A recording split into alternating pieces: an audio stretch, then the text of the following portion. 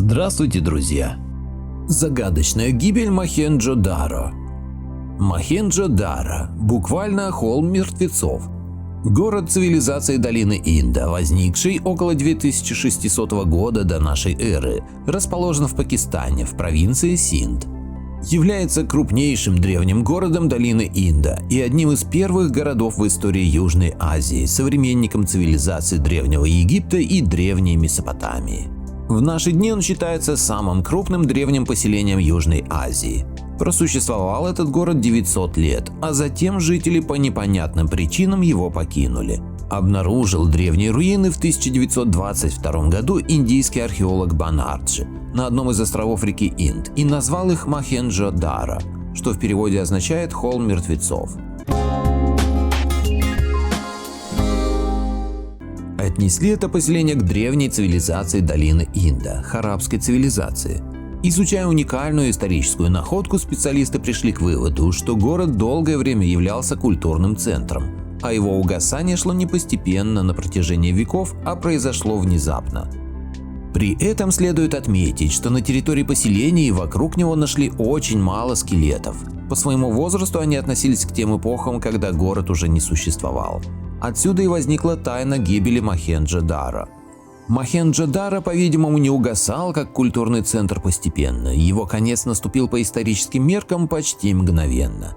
Существуют различные теории относительно причин, по которым это произошло. Почему жители покинули обустроенное место внезапно? Что стало причиной их ухода?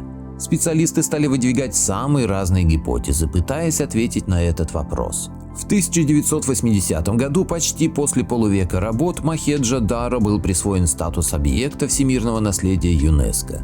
Мохенджо-Даро выделяется среди других центров харабской цивилизации почти идеальной планировкой, использованием в качестве основного строительного материала обожженного кирпича, а также наличием сложных ирригационных и культовых сооружений. Среди прочих построек обращают на себя внимание зернохранилище, большой бассейн для ритуальных омовений площадью 83 квадратных метров и возвышенная цитадель, по всей видимости предназначавшаяся для защиты от наводнений.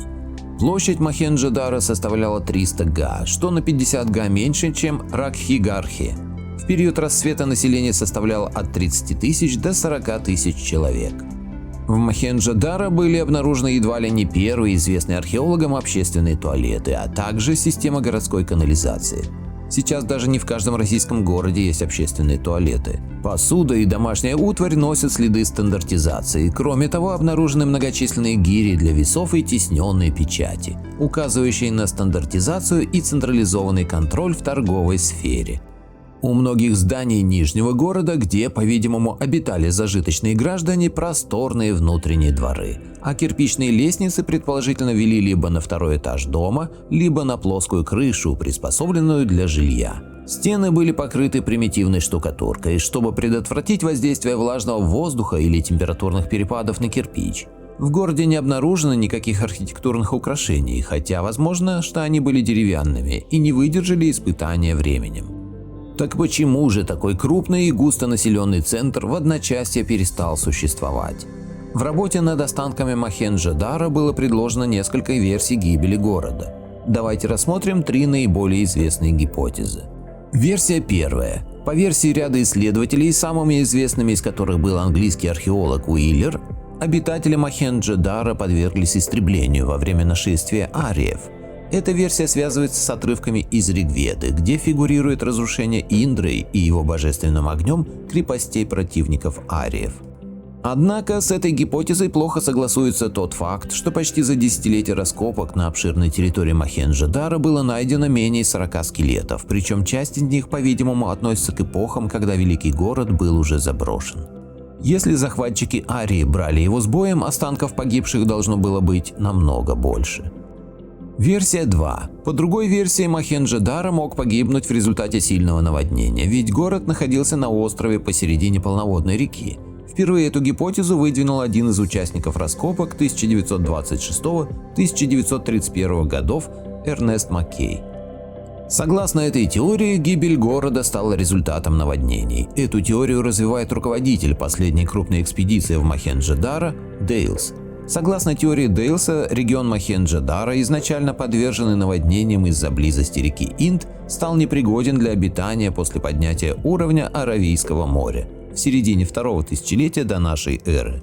Сельское хозяйство в русле Инда, ресурсы которого были уже подточены излишне активным выпасом скота и обезлесением, было уничтожено почти мгновенно.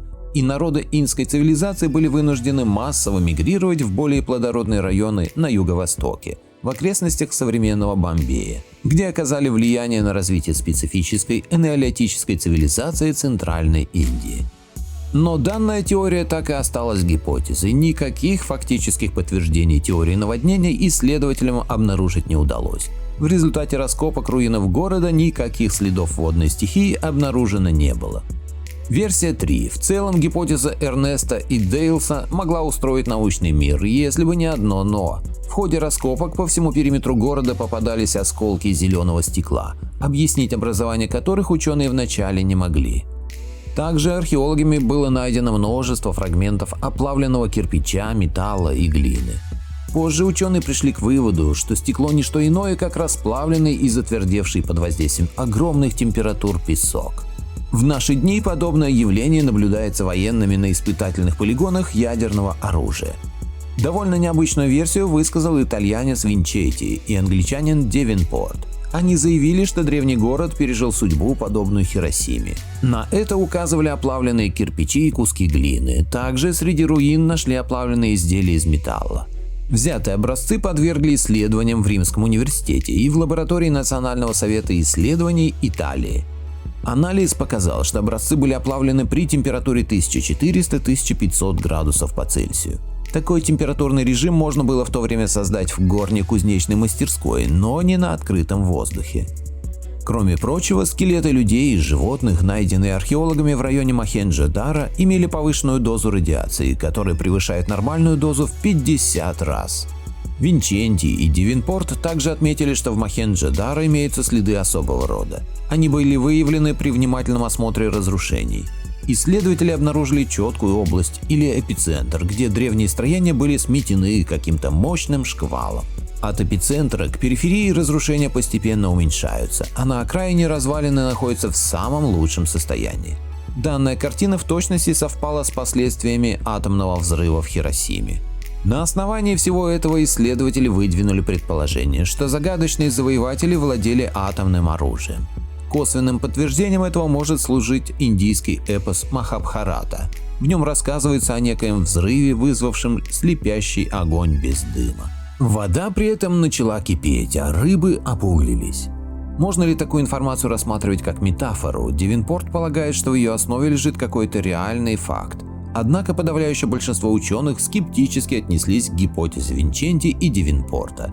Уж больно данная версия выглядела невероятной и фантастической. К слову сказать, современные ученые делают все, чтобы скрыть реальную историческую ценность.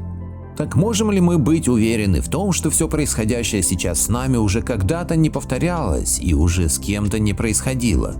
И возможно ли то, что цивилизации, жившие за несколько тысячелетий до нас, обладали ядерным оружием? Сейчас это кажется просто невероятным, но кто может утверждать, что много веков назад кто-то уже не придумал расщеплять атомное ядро и не стер себя с лица Земли собственным же изобретением?